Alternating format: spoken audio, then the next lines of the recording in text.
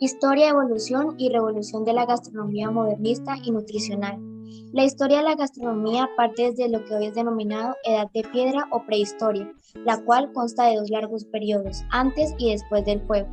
Antes del fuego, los alimentos se consumían crudos, sin ningún aditamiento o secados al sol, técnica con la que se conservaban por poco tiempo. Para obtener los alimentos, los hombres fabricaban escasos y rústicos instrumentos como guijarros tallados, hachas y también empleaban la madera. Su alimentación se basaba en la recolección de frutos, raíces, moluscos y pequeños animales como roedores, lagartijas, entre otros. Fue al frotar dos pedazos de madera dura cuando el hombre inventa el fuego, convirtiéndose en el único animal capaz de poder cocer sus alimentos. Los métodos de cocción eran básicos, el asado para carnes y pescados y el hervido para las plantas y cereales. Los primeros recipientes fueron agujeros en la tierra, llenados con agua a la que se le agregaban piedras calientes para lograr la ebullición. Posterior, aparecieron los casos de barro crudo y después los recipientes de hierro fundido. Cazar le permitió al hombre subsistir. Podría reconocerse en ese entonces el frío como otra manera de conservación de los alimentos. La cacería de grandes animales fue desapareciendo y así dando lugar a mucha vegetación. Con el arado, las mujeres dejaron paulatinamente la agricultura, siendo reemplazados por el hombre y el buey. Los primeros animales domesticados fueron el perro, los pájaros y el reno. Después de estos, el cerdo en todas partes del mundo.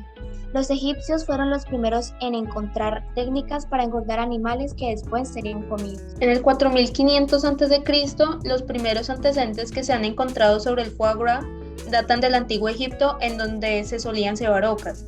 En el 3500 a.C., la civilización egipcia también dejó la recolección de miel.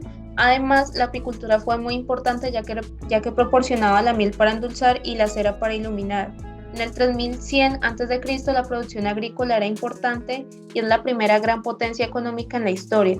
En el 3000 a.C., Caldea y la ciudad de Ur fueron una de las cunas de la agricultura y la alimentación. Nuevamente en el 3000 AC, en la civilización micénica Creta, la alimentación constaba básicamente de la pesca, la caza, la agricultura y la ganadería. En cuanto a la caza, cazaban liebres, seguían ciervos, corzos y cabras monteses. En el 2700 a.C., la elaboración de pan es una de las actividades más frecuentemente representadas en las tumbas egipcias. En el 2000 a.C. data que el imperio hitita practicaba la caza y fueron los precursores de los productos lácteos, ya que conocieron la leche, la mantequilla y el yogur. Sobre el pueblo hebreo, en el 1700 a.C., estos consumían leche de cabra y de oveja cuajada o agria.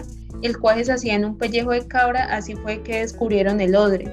Estos también clasificaban animales en puros, que eran los de pezuña hendida, y los impuros. Entre los animales de agua solo podían comer los que tenían escamas. En el 1700, en la civilización micénica Creta, se domesticaban las primeras aves, que fueron los palomos, después los cisnes, los patos, la gallina y el gallo que venían de Persia y el pavo real. En el 1200 AC, en Grecia, los primeros cocineros eran panaderos. Ellos fabricaban la galleta de pasta sin levadura y en esa época también se elaboraban distintos tipos de panes de harina de trigo, cebada o avena. En esa época también aparece Egis de Rodas, uno de los 7 cocinarios legendarios de Grecia, quien llevó a la cocina aristocrática la cocción del pescado. Lo cocinaba con orégano, hinojo y comino. Los otros cocineros prestigiosos de Grecia fueron Nereo, Chariades, Lampría, Aptonete, Eutino y Aristón.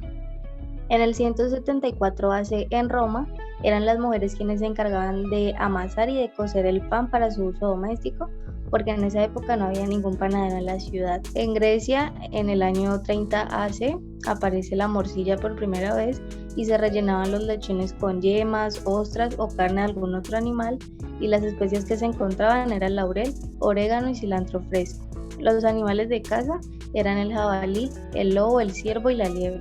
Continuando con la Edad Media, tenemos que en la cocina hispanoárabe la cebolla y las almendras eran bases esenciales para las salsas. Su cocina era carnívora, aportaron varios platos a la repostería como fueron los buñuelos de miel y entre otros, y el hojaldre fue un aporte del Imperio Bizantino. Aliñaban con aceite de oliva, zumo de naranja o limón y ajo. En la Hispania, en la península ibérica, fue rica en cereales. Ellos aportaron la técnica del curado y también la salazón de los pescados. En el siglo VI, en la cocina persa, dieron a conocer los helados, las pastas e introdujeron el caviar. Se reconocieron 3 preparaciones, que fue el baba ganoush, el taboulet, que es líbano, y el humus bitahine. Se utilizaban hojas de lechuga como cuchara y aportaron los potajes, los cocidos y los estofados. En el siglo XI, en el Imperio Bizantino de la Constantinopla, se acostumbró a comer sentados y a servir el vino en vasijas de oro. También su cocina trataba de simular los sabores naturales y se mezclaban los condimentos con especies y diferentes frutas. Tuvieron 3 comidas, que fue el progeuma, el geuma y el deinom, y se implementó el uso de tenedores y manteles y servilletas.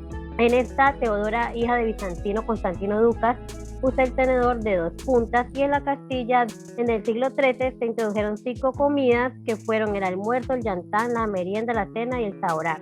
En cuanto al origen de la pasta italiana, existen 2 teorías.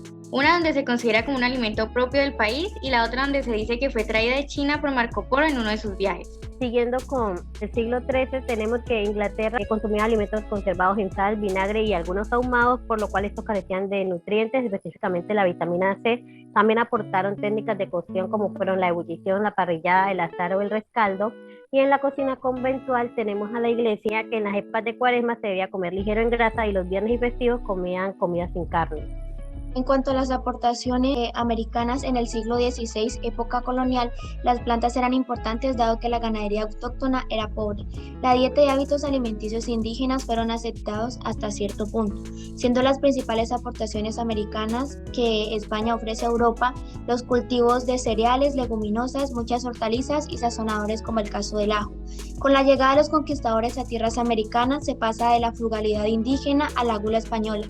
Finalmente, la domesticación del pavo, de donde procede el nombre mexicano actual guajolote, se hizo a base de los llevados del Nuevo Mundo a Europa por los españoles.